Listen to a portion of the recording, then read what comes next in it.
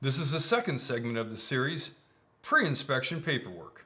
The first thing you want to confirm is the airworthiness certificate, aircraft registration, pilot's operating handbook, or aircraft flight manual, depending on the year of manufacture, and the current weight and balance are in the aircraft. An annual inspection is broken down into several steps.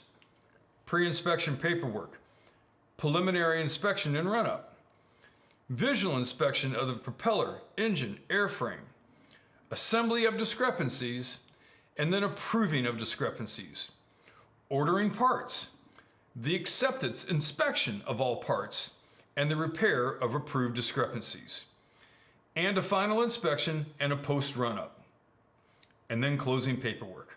You can make a checklist using the manufacturer's information or use mine. This checklist is a requirement and must cover scope and detail of FAR 43 Appendix D. Request the logbooks a day or two before the plane arrives.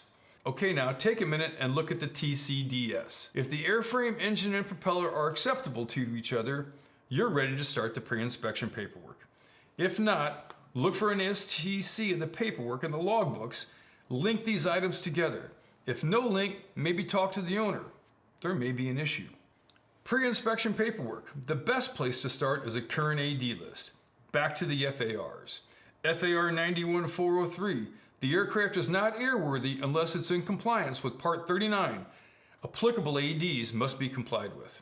FAR 91417 states it's the owner's responsibility to keep all the records, including airworthiness directives. FAR 4315, each person performing an inspection required by Part 91 of this chapter shall 1. Perform the inspection so as to determine whether the aircraft or portion thereof under the inspection meets all applicable airworthiness requirements. You're on the hook for airworthiness requirements. Now, every AD that applies to your aircraft, if you're not familiar with the AD, look it up and verify it applies to your aircraft. Know the data.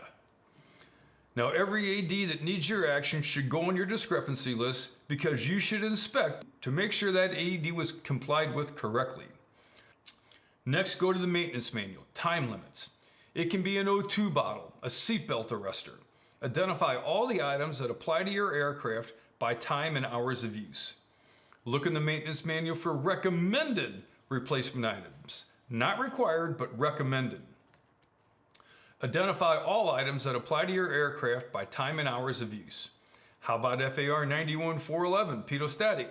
FAR 91413, transponder check.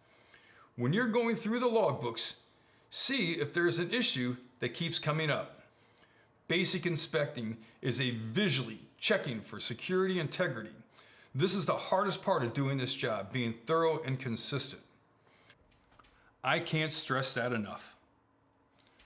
Whether you're working in a shop with several other AMPs or on a grass strip, remember, you are the IA. You are now considered to be the professional AMP. Be professional. The preliminary inspection is to denote the state of preservation and any obvious defects in serviceability of the aircraft. Let's go to the aircraft for the preliminary inspection run-up. Remember, this is just a portion of the inspection. If you want to see the entire inspection, go to ifmytoolscouldstalk.com.